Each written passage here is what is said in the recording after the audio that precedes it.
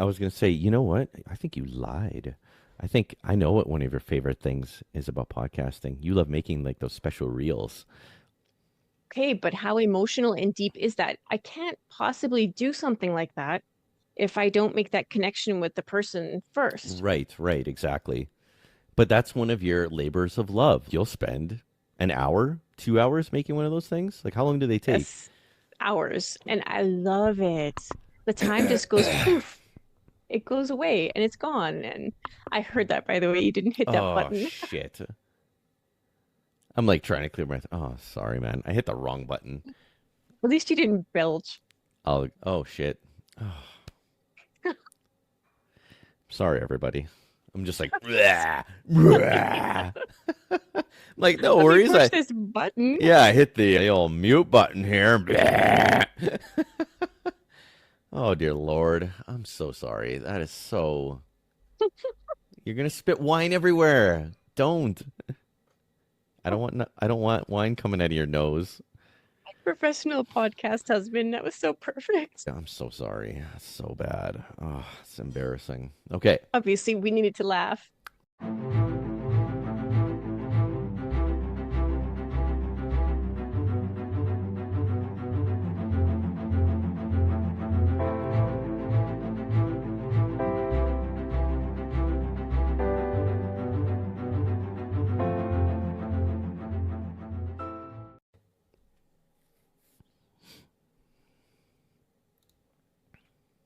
Right. Let's never do that again. All right. Welcome back to another edition of the Pear Genius Podcast, where we share our genius moments with you so that we can all grow together. And today we're just going to have a one versus one. We're going to battle it out, husband versus wife, the way God intended it to be.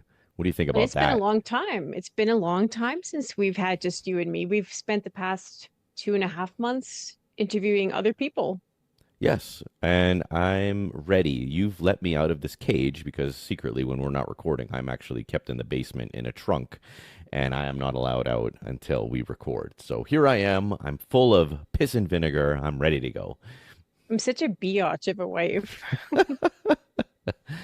Oh man, well, I'd be such a bad gimp. Now I'm gonna look like a fool in front of everyone, in front of the world.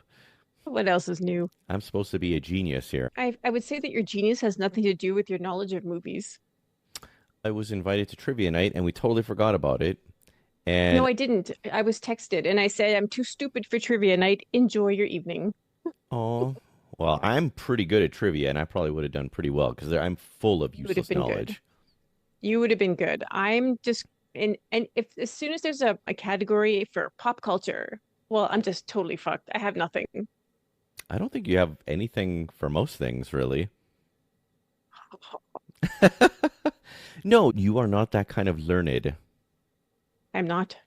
You have a I mean, we've talked about this lots of times. You'll read a book and you get more of the feeling and the knowing, and then you just take that going forward.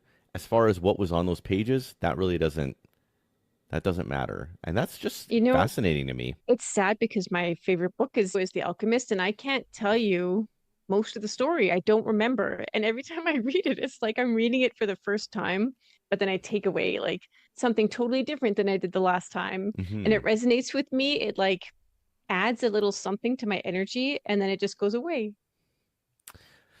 I've read Of Mice and Men multiple times, and I love that book. And every time I read it, I'll find something new in it, or it's like, oh, I don't remember that.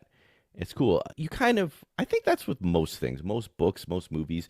You remember key moments, and then the rest kind of fades away. And then it's a nice surprise when you revisit something that you really enjoyed, and you get, instead of just focusing on the things that really impacted you the first time, you get to go through the weeds and find the little Easter eggs now. And I don't even remember key moments a lot of the times. I remember the way it left me feeling. Like of Mice and Men, I don't remember anything except that I was really traumatized reading that book. Why?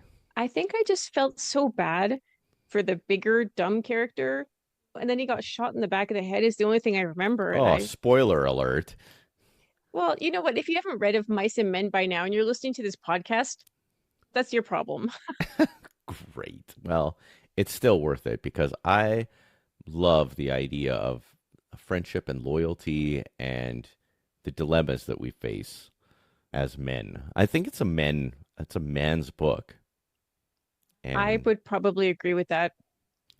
but I think it's fascinating for a woman to see what a man would do, right? Because what a man would do is completely different than what a woman would do, I think. I don't think that a woman could shoot another woman in the back of the head. And I think that goes to when you had to put Turbo down. I couldn't have done what you did to put that poor little hamster out of his misery. And there are so many times I'm so grateful that I don't have to do those kinds of things. I'm still traumatized from that. I know. I did not want to be the bad guy. And It's then I not had being the bad guy, it's being the hero. Well, I didn't feel like a big hero. As it is, I let him suffer for too long, and oh my goodness. Anyway, we're not going to make this episode about Turbo the hamster and what he did to my heart. But yeah, it's something else when you lose your pets. And it was really nice to have Carrie Davis on last week and talk about that. I just think it's fascinating that we can communicate with them and with our higher selves, and which is one of the things I wanted to talk to you about tonight on this episode. Or I guess this will be like a Friday nooner. We're going to release it this week. And because we haven't just been you and me, we've just been going crazy with the guests, and it's been fantastic. Like, it's been amazing. And I wanted to ask you about what you think of this experience of hosting, because it was you who kind of got tired of, well, I shouldn't say that, but it was time to get guests, and it was enough episodes of just you and me. And wow, the growth has been amazing. So, what I would say about me is that I'm mostly led by intuition. And when I get a nudge from my higher self that it's time to change things up, most of the times I don't know how to communicate that properly. And it comes out very crass, mean, as everybody would say about me. But it's usually for the betterment of what we're trying to do and what we're trying to accomplish, and to kind of nudge us forward on our path of healing. So I think that while you and I have these deep conversations all the time, it was time to start bringing in guests to add that extra layer, that extra dimension of healing for you and me. And then I think as we're healing, it just kind of brings everybody else along for the ride with us, and they get a chance to heal too. So there's been some amazing guests. And I think that we should touch on some of the ones specific to each of our healing paths that have triggered something that we were not exactly expecting. Yeah, there's been a lot of genius moments, and there's been so many just takeaways from, yeah, just so many takeaways and so many growing moments. And that's really I'm selfish. I know that I do this for me, but man, it would light up my soul if this helped even a few people out there that would listen, and for us to keep going and just keep adding these golden pieces of the puzzle as we all grow and figure ourselves out, because we figured out a lot about ourselves in the last 2 months. I feel like we have been turbocharged in our growth in the last 2 months. Right? Which is exactly what was supposed to happen. And it really lined up perfectly with 2025. We left 2024 behind, and it was something that we don't even have to talk about. 2024 was not easy, but I would say the energy so far is really transformative and deep and profound and life changing in a way that we'll look back 25 years from now and remember 2025 as the catalyst to the next version of ourselves. So it's not a coincidence that I'm perimenopause right now and I'm burning off this last chapter of my life so that I can get into the next version of me. And it's not a coincidence that it's Aries next month and we're starting a new astrological season and a new year. So I think that everything is really divinely perfect. hmm I think one of the things that I did want to go back and say that I am notorious for getting comfortable, for grounding, for putting roots down, and not, I guess, changing when I need to change, or not. I'm a little bit stubborn. I would say I'm a little bit stubborn. And that's why I need you to be a little bit crass, a little bit pushy, because you recognize when, how do you say it? Like when you start to rot, like you're not growing anymore. You're kind of just rotting and dying, and you need to like Well, pick up and get some new soil and get reinvigorated. maybe let's say stagnating instead Oh, of rotting. stagnating. Yeah, that's better. Sorry. Stagnating, exactly. But yeah, it's maybe is that a man thing or is that just a me thing where I feel like a lot of men can just sit in their own crap for a way too long. And I think that's where a good woman comes in and kind of it's like, hey, you stink. Get up. Let's go. Let's get cleaned up You're and rotting. yeah, you're stagnant. You smelly old man. Let's get moving. And I I don't know appreciate if I that. would say, I don't know if I'd say that's a man thing, or I think one of the biggest insights and profound moments that I've had, and it just so happened to be this week, so it's very fresh, is that you and I have come into this experience with a purpose. And when I read this to you, and we were just like, oh, this is amazing. This makes so much sense. So I think what I'm getting at is that I came in as this Scorpio, and Emma's always like, that's our daughter. She can't, you can't say that you're a Scorpio just because you're sun sign. She's so smart without even knowing how smart she is. Except that I have Scorpio and Pluto just all over my chart. So I can actually fully identify as Scorpio. And it's my job to kind of come and be somewhat destructive so that we can rise from the ashes and be better versions of ourselves. I'm just like very gung ho to burn it down and start again, burn it down and start again. I have this energy of regeneration. So I guess that's something that you needed coming into this lifetime because you've got a lot of it. And I would say that I'm becoming less and less stagnant and less stubborn. When you kicked my butt in January and said, go get the guests, I was like, ah, yeah, yeah, I'll go get them. And then sure enough, you were right. You were totally right. Everything is so good. And I would say that one of the profound moments for me was a week or two ago where we kind of had that coffee and you were in a bad mood, but we were having that coffee in the coffee shop and I had the computer out and I was typing. I'm like, okay, let's put together that new format of the show where we figure out our exact why and we're always trying to level up. And I loved that moment with you, even though you weren't quite there. But what that little bit of friction put together for us was our why and our vision and more of a formula for our podcast. And for the last 3 or 4 episodes that we've done that haven't been released yet, it's proving to be very good. I think that we really kind of bottled something very special there without even Yeah, it without going crazy, changing things. it helped to dial into our why to get super clear because it was on Gord's episode where he asked you for your wins and then he asked you the why of the podcast. And I thought that it took too long to get to the answer. And I don't know that we were very clear delivering it. So that was a really big moment. It was like, oh my God, why are we doing this? Like, you have to keep coming back to it. Just because you set your why in December doesn't mean it's the same why in March. And I just told you today, like I feel like a completely different person. And not in a bad way, in a great way. I would say that, yeah, I don't know. There's so many exciting things. Let's take Sandy, for example. Just her opening up a few of those books and a few of those courses for you. And it's funny to me how many people like fluff off astrology. And it really is fascinating. The math, for me, I love the geocentrism of us and exactly where the planets are and the the computer makeup of where everything is and what it does. I'm really excited to delve into I guess the secret code book or whatever to try and unravel that mystery because I think it's fascinating. I really do. Yeah, for me, astrology is, and at first it was more like, wow, this is so spot on. It's almost eerie how close it is to my current experience. And then because I ended up doing a course with Sandy a couple of weekends ago to kind of basics into astrology so that I understand the different houses and the planets and all the stuff. She had dropped a name, Linda Goodman, for the sun signs so that I could learn more about the psychology of the sun signs, which I'm super excited. That book has not arrived yet, but you ordered me star signs. I don't know why you ordered it. I didn't ask you to, but it came and I have not been able to put it down. It's been so enlightening. Like it was like not even meant to be the other book. It was meant to be this book all along.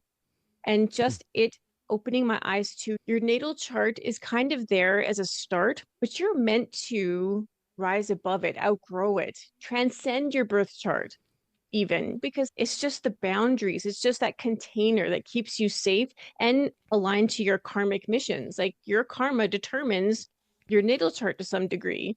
So as you move through and start to neutralize the karma, you transcend your natal chart. So that part is really exciting to me. I think it's fascinating the idea of where you're born, when you're born, and where the stars are, and that being part of your hardwiring for when you're coming in to this world. And then obviously there's different factors like your family and where you are. But when once you start reading about this stuff and learning about it, you're like, oh man, once you yeah, there's some simplistic things like you said, just the sun sign is very simplistic. But that's a great starting point. And it's interesting. And then you just kind of branch out from there. But everything that you and I have learned, and I'm mostly just sponging off of you because you're reading and then just bouncing ideas off of me. But it's like, wow, this is cool. This makes sense. This says why I am the way I am to a certain degree. And I would say that it's probably more than 80% accurate. I would say it's more than that even. Right. Like it's not like, nah, me, ma. No, it's, oh, wow, check, check, check, like 80, 90%. Like, oh, wow. And if there is something that's not accurate, it's because you've gone, like you were that way and now you've outgrown that. Like you had mentioned, the whole point is to outgrow the things. Right? And then when you think about organized religion, how often do you transcend organized religion? Like they make it so that it keeps you in this box. You're not meant to outgrow it. You're meant to live by it and through it, but never to outgrow it. So I would say that, well, a lot of people who are very religious are maybe scared of astrology. I don't think that you should be. And I think it's meant to enhance your beliefs, like it just adds this next layer so that you can come to understand God even better and in a very different way, maybe more personally than the religion allows you to. I always think that's a red flag. It's like if a certain religion tells you not to go read something, I want to know why they don't want me to go read that. It's like, why? What's, you think I'm just going to go join the devil? And why can't I go looking for knowledge, wisdom, anything that makes sense? Why can't I go read that? It doesn't mean that I'm going to go convert tomorrow. Like I always find that to be a red flag, as if, oh, we're going to lose this guy if he's going to go and look into that. It's like, no, if you are legit, you should be comfortable with anything that gets put in front of somebody. It shouldn't waver their faith. If you're in a cult, yeah, you can't talk to certain people, you can't do certain things, and if you do those things, then we have to shun you, and these are all red flags. And obviously, not every organized religion's a cult. There are cults on top of these things, but there's all these different yet same mentalities that go into these hive minds.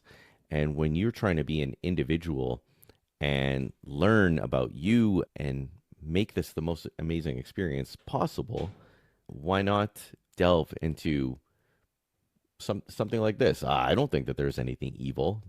I think that's so ridiculous. It's like people telling me not to do yoga because it's evil. I would say that a red flag is not something that is the same for everybody because where your red flag is kind of triggered by somebody telling you not to look at something, my Hmm. red flag is instant knowing when something is right or wrong for me.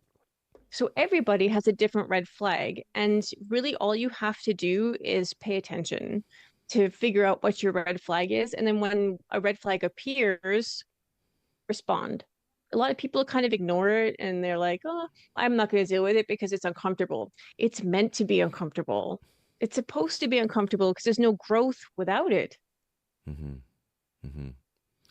So Sandy has done a lot for us with respect to the astrology. And Adrian, we just published his episode, um, physically, that was an incredible episode. I hope that everybody gets to listen to that because it's fresh in my mind. I just listened today, and it is crazy how many things he talked about: cancer, he talked about diabetes, he talked about hypertension, high blood pressure, he talked about just obesity. Erectile dysfunction, He talked a little bit about that.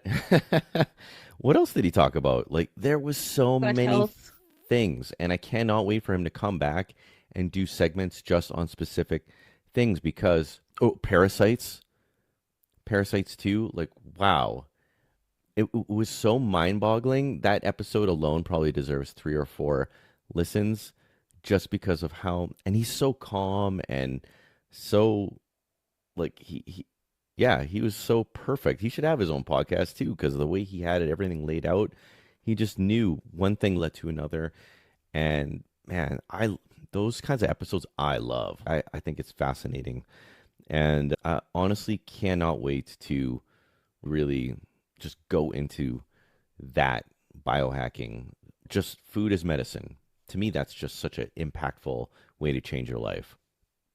Yeah, Adrian was so in the flow of his genius. That's where the calming effect comes. When somebody is in the flow of their genius, it comes out in a way that you kind of let it wash over you because it hits you on all these different levels. So my poor brain was trying really hard to hang on to everything he was saying. And thank God it was recorded. Hmm. But I remember just the feeling of this is somebody I would love to have come with me to the doctor's office and explain to them what I'm not able to communicate. Because I go in there and it's like I freeze and I panic because I've got 10 seconds to tell them what's wrong with me before they write a prescription and shove me out the door. And I'm never looking for that. Yeah, it's like having an advocate with you when you go to the mechanic because you don't know everything with your car. You don't know what the mechanic is going to do if it's on the up and up. I feel like he would be just an amazing medical advocate. The doctor shows you all these numbers and you just basically have to trust them. Oh, you need to go do this, you need to take that. We need to do a mammogram. We need to do all these things to you. What does your advocate say? Oh, why is his cholesterol high? Let's take a look at that. Doctor doesn't ask that. All they want to do is get it lower by medicine, not by diet or. I would say that my doctor, this lady, she's not very quick on prescribing things, but she's also not very helpful. So, catch Yeah, you 22. can't even get me going on this doctor because I don't want this to turn into a bashing segment. So But my doctor moving in on. Stonewall in Manitoba, man, that lady was quick to write any prescription I ever. She was like a serious drug dealer, and I was just like, Oh, ah, give it to me. Just give me all the drugs. I'll take I them was a all. lab rat. How many different antidepressants did she have me on? Oh, this isn't working. Well, we'll try something else. And my God, it was hard going on and off all those things. And oh, it was so bad. That's bad when you're an experiment. That's when And you I need your knew it was an advocate. experiment, Yeah. but I was so desperate. I was so desperate to numb the just the darkness. It was too Mm. much. Yeah, that is crazy. Some of the moments have been so profound. Look, I don't want to. It's bad. We can't name everybody, but Crystal has been on twice now, and I had that session with her, and I don't think that episode has aired yet either. But Crystal did a session on me, very profound. And the days afterwards, I was having just these very interesting dreams, lots of dreams. She told me that was going to happen. And obviously, I want everybody to listen to that episode. But it's funny because we were talking about information and how it comes to me downloaded as a little seed. And then it's up to me to nurture it and like spend some time with it so that it starts to grow, so that I can grow in the understanding of what that little seed is too. And how different you and I are, that you are the knowing and I'm this little seed of information. I loved it. As soon as you said it, and I don't think you even knew, but you were just saying it as it was happening to you and the feeling of it. And then you mentioned the little seed. I'm like, how perfect for my Virgo husband who has so much earth in his chart to get a seed visual where he has to grow it and nurture it. And I love that so much because for me, when I get annoying, it comes in like a tidal wave or the rushing of a river. And it's just like instant knowing. And I let it like just totally consume me and very different for the two of us. Whereas I have no air, hardly any earth, no fire in my chart, just so much water. Hmm. Yeah, and I was using water this past week to fix my mini illness that I got. So annoying. You know me, I don't get sick, but I was not well this week and sad. You know what? That was such a huge genius moment for me in the past few weeks was when Sandy was looking at my chart and she's like, "Where are you the most deficient? What do you have the least element of in your chart?" And for me, it's air. I think I have like one air in my chart. And she's like, "Then that's the element you use to heal." Like, what? That's so crazy. Like, honest to God, I sleep with the window open so that I can feel the wind every single night so that it heals me while I sleep. And I was doing this way before I knew that was my thing. It's I true. go and I stand in the west wind and let it just like baptize me. I love the air so much. And it never dawned on me that it's because that's the element I am deficient in. There's two rules when you move into the house. It's like we set up the bed by the window, and she gets to be right by the window. That's that. And the window has to be open. I don't care if it's minus 30, the window has to be open. I'm going to freeze to death, but Are she you gets. though? Because I am like so hot. Yes, you do keep it warm. So it's funny though. Every single house that how many houses have we lived in? 10? I do not get the window. I have never once got the window. It's always you. Do you want the window? No, it's yours. It's okay. Even in hotels drive you crazy because you can't open the window. Most of the time, you cannot open the window. I hate that. I would You, pay extra money to have a room that opens so that I can have some fresh air. mm, yes, exactly. I'll make sure to get that for you next time. But even Arizona, your parents used to go crazy because you'd have the window open and they're like, "Oh, we're trying to keep the air conditioning on." It's like, don't worry about it. We'll keep our door closed and you get the Arizona air. You're fine. I Yep. did want to talk to you about some of your favorite things about podcasting so far. I know that we've been talking about some of our episodes and our takeaways, but as far as podcasting and the experience goes, like what have been your favorite things so far? Before I did podcasting with you, if you would have told me that I would be podcasting, I would have said, no way. There's no way because I communicate very badly. That's one of the things I struggle the most with. And then as we got into it, I was just kind of enjoying the experience. And then I kind of started listening to the episodes and I would hear myself and I'm like, wow, I don't remember saying that. Okay, I don't sound as stupid as I thought I did. So I've come to have more compassion, thank you, Crystal, for myself and my throat chakra and my ability to communicate profound things that seemingly come from somewhere else, that I'm pulling in this information from somewhere else. And I think more often than not, it's helpful and hits right to the person that I'm saying it to. I would say that some of my biggest regrets have been when I have held my tongue because I didn't want to sound stupid. And then I'll go off to the side and tell one person, especially in a work environment, "Oh, I was thinking this." And they're like, "Why didn't you say that? That is the perfect thing to say." I'm like, because it sounded so simple in my mind. It sounded so simple that it was almost dumb. And the genius behind that is some of the perfect solutions are the most simple. And when you're in the moment and you get this download, you should speak it. And I think that you do that very well on the show.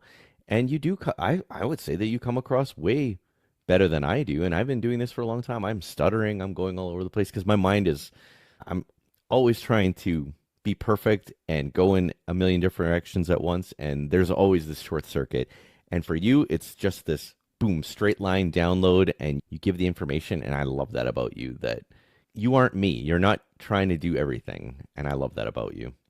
But you're very conversational. Like I will say something and then I'll just cut it off.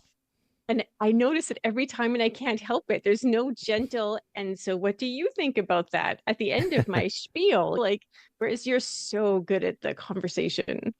I've been doing that too, though. Like, I'll just cut it off. I'm like, I'm not asking a question. I'm just going to say something, and I just want the conversation to flow. It doesn't always have to be questions and answers. Conversation is beautiful. It's a beautiful art, and especially when you're not talking for a very long time, you just say your piece, let the other person come in, they say their thing, and man, I would love more episodes to be like that, like just very fluid, especially with our thoughts and where we're bouncing ideas off of each other and we're just really quick and sharp. I love that kind of stuff. Those to me are my And favorite episodes. think that's why I kind of hate the AI tools because it chops out too much of the human. And Hmm. that's one of the things I think we've learned too is that you need to take over more. And if I say it like I just did, you know what? It's okay to leave it in because then you don't have those weird glitchy things happening, Yeah, which I yeah. can't stand. I think that's so terrible. The AI, in my own defense, is very aggressive.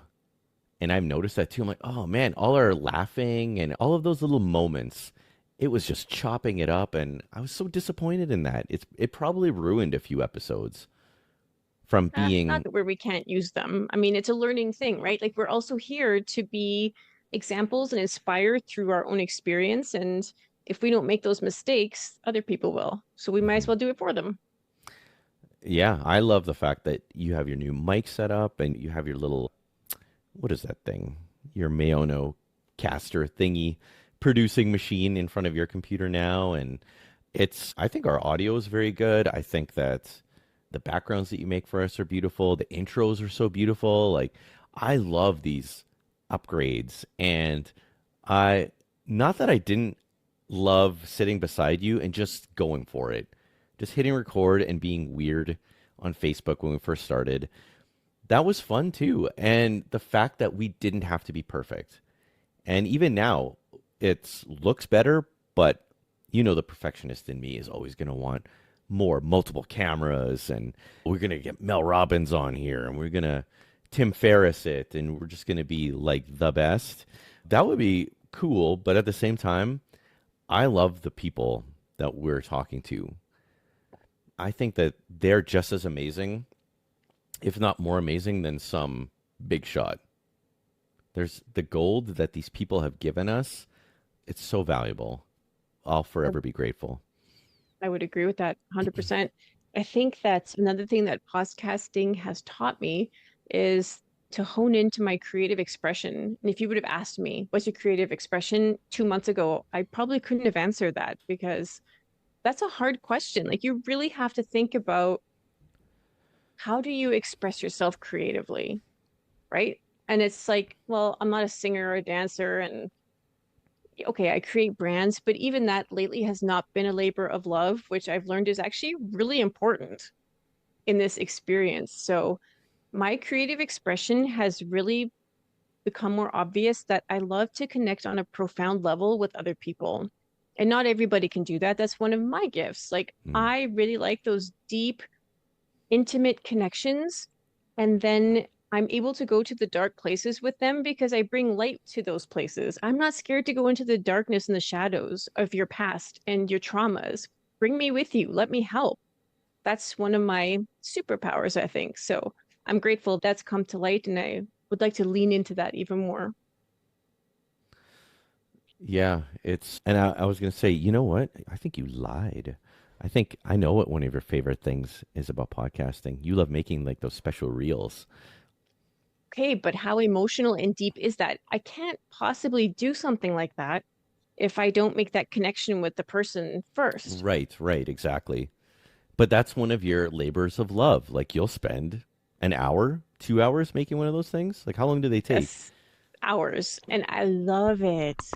The time just goes poof, it goes away and it's gone. And I heard that, by the way, you didn't hit that Oh button. shit.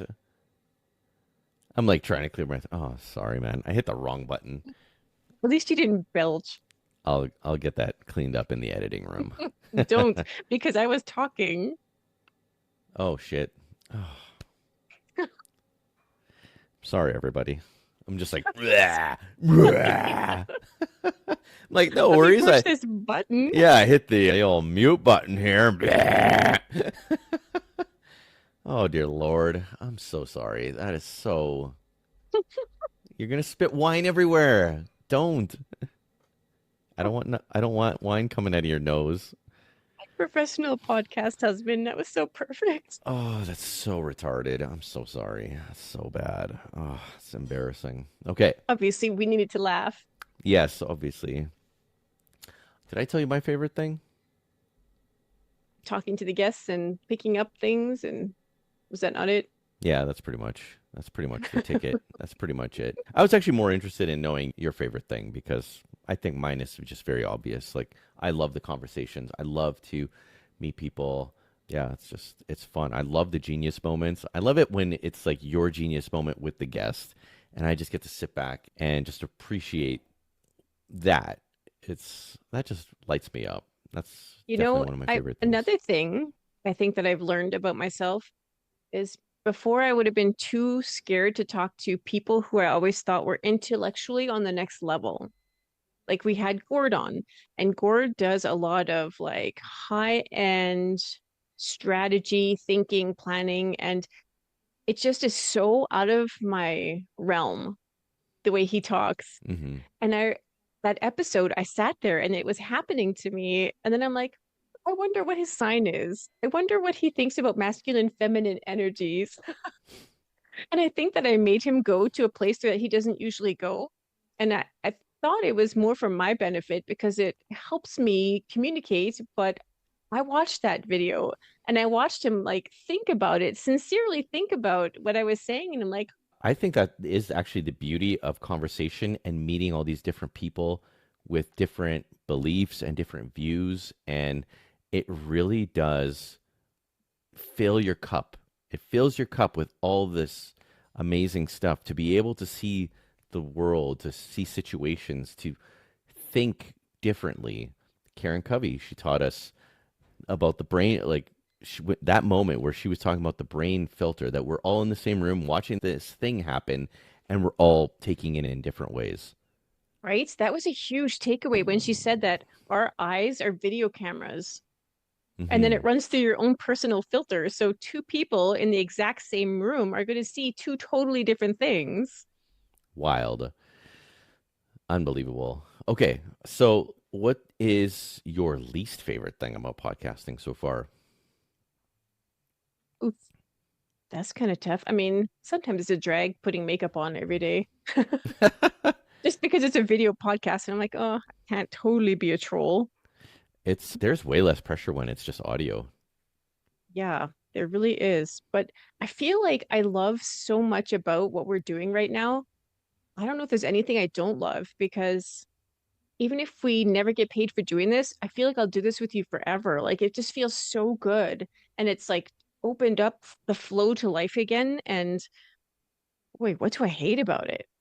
What do you hate about it? My least favorite thing is what I was supposed to be doing yesterday, today, a few days, the promotion, the following people, the man, I just hate that stuff. The social media. Honestly, when we make it big, we're getting a social media manager. Here's all our content.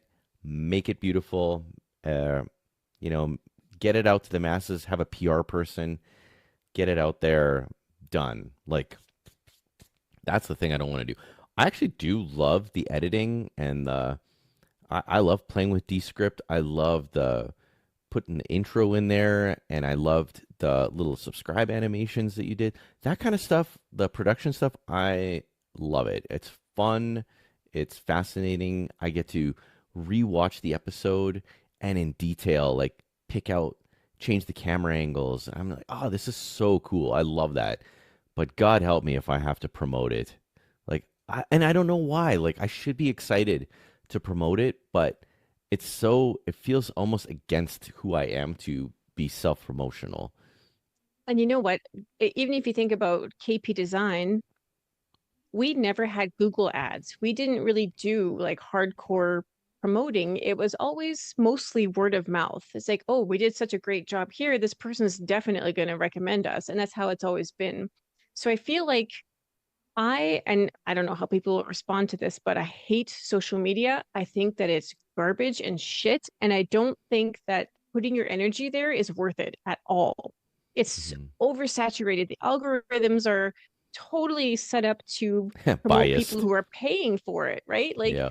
and then they're choosing what they're showing you. And oh, I hate all that stuff. So I think that even if we make it big, I might not even bother with social media. I think that just having an agent, somebody go out and look for guests on our behalf and to filter out the ones who are not a match for us and get us out there, I think that's probably money well spent. Getting big isn't a blessing either, though. It's all of a sudden we're going to get inundated with guests that I don't want to say no to people.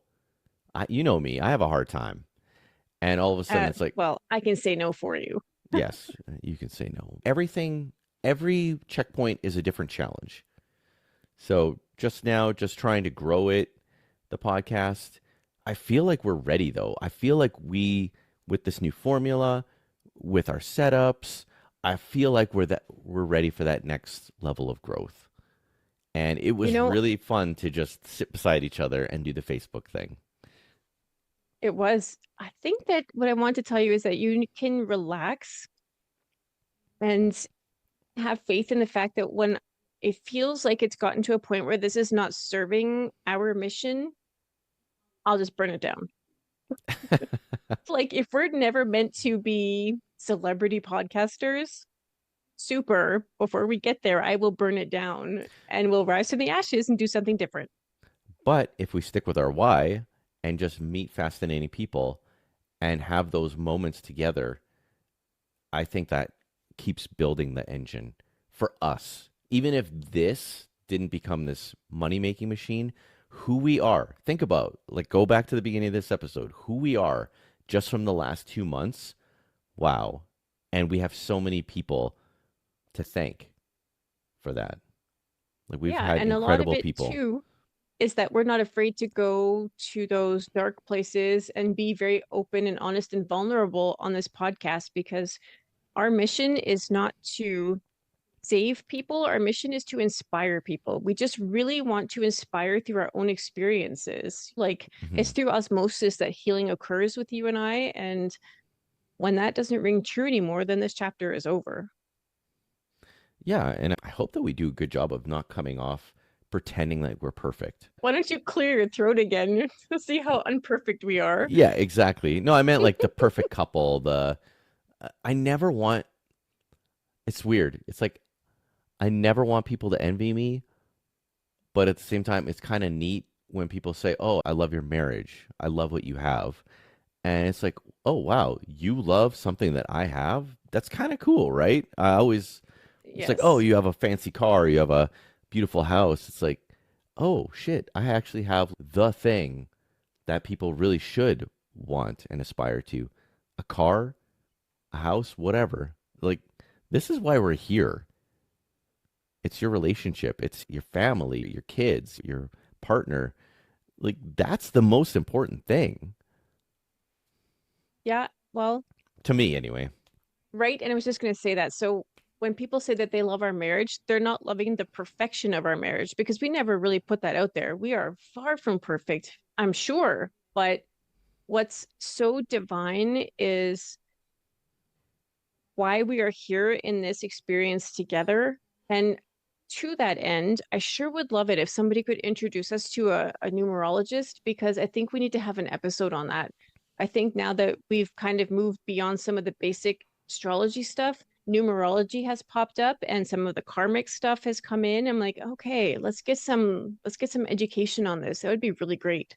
Yeah, and one of my things that I'm going to need a boot in the butt for is I have a list of biohacking people that I need to reach out to and get on the show as well because I know that we need it and anybody that is following us is going to benefit from, like, really think about it. When we're in our 20s, we're abusing ourselves like crazy. I think that we're young enough and old enough. We're in that super sweet spot that we are discovering anti-aging biohacking at the exact right time.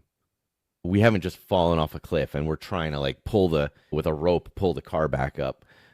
And I think that this is like the perfect time to start really like delving into really good health habits where it's not just some fad diet or it's not some, I don't know, just something ridiculous like Taibo or something. Remember Taibo? Tybo. Don't call it ridiculous. That was fun. I liked Biddy Blanks.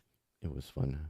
I wonder, oh man, Billy Banks is, we should probably get him on the show. We can tell him. We used to do Taibo in the apartment when we were Right. not in good shape. We were eating pizza pops and doing Taibo. What's funny is that I had several DVDs to work out to. So there was Tybo, I had a yoga DVD, and then I had a Pilates DVD. And at that time, I would always choose the Tybo because it was fun and you moved around a lot. Yoga, I hated it. It was so hard. I'm like, this is not worth it. I'm just going to be fat.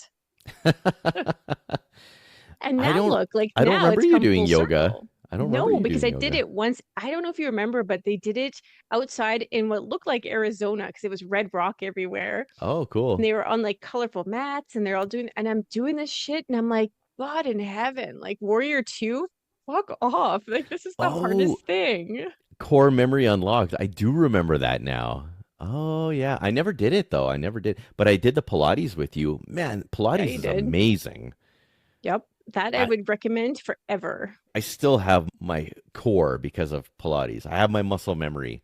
If I ever did Pilates again, I'd be rocking and rolling there. But that to me, that was amazing. I loved Pilates. Yeah, Pilates was good. Yoga sucked, but now all I do is yoga. I mean, and I walk and run, of course, but I mean, I love yoga. That's my biggest biohack is the infrared yoga. I would say yes, and I installed that. You did. You're so smart. So thanks to everybody at Alchemy for trusting me to do that. But man, it is a game changer. Infrared.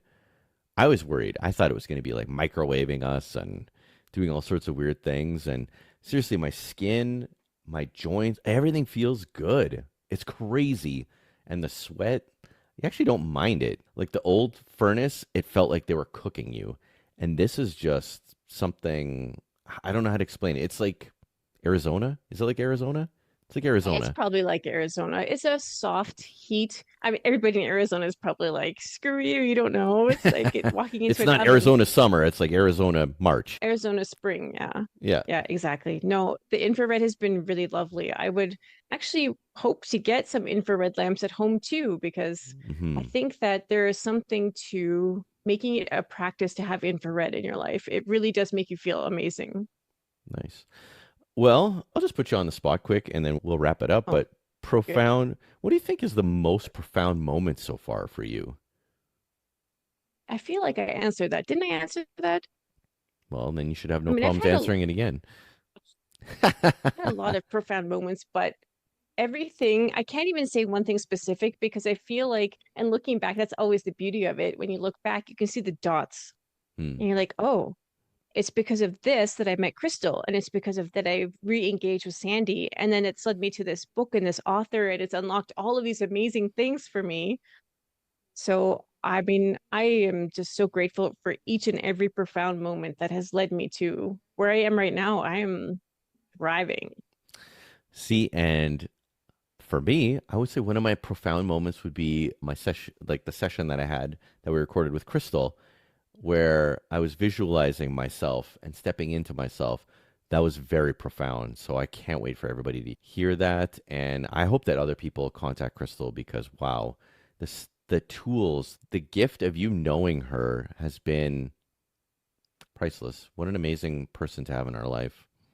And I have to say that it's that episode, like you are very vulnerable in that moment where you agree to do a live healing session so that other people can see kind of the process of it and get the feeling of it and watch you go through something. So that was really nice. Not just because you're a man now being very vulnerable and sensitive for all to see, but you as a person. It was a really great episode. I'm looking forward to that one dropping. Hmm. Deanna is going to come back and she'll probably do something with us too next time, right? I think that would be so. The Deanna episode hasn't dropped yet, so people don't know, but that episode is coming up probably this week, I think. Yeah, it's And going to be on Thursday, so it'll have just come out yesterday, probably. that's a great episode. Like Hmm. Deanna has all sorts. So her too, like it was crazy because an Airbnb guest who was kind of just passing through is the one who opened the door to her for me. And then I opened that door for you. And now look, like when Hmm. we bring her back, yeah, definitely we should do like some kind of a session so that people can see her magic. Yeah. Oh man, just so many good things, so many good memories. I feel like we're doing like a Golden Girls recap episode. Helen Rose, I want to say Helen was such a fun time too, and I hope that she comes back again because she's just so hilarious, and the way she sees the world, it's yeah. I don't know. When I get to be her age, I hope that I can be as fun and as hilarious as her. I'm sure I will be, but she is a great I inspiration. think you will be. And I love Helen. I love your connection with Helen. It's so sincere and beautiful. And I love that she's like just one phase ahead of us in life. And it's so nice to have her to go to when we're struggling with something. She's just a really solid person. Hmm. Hmm.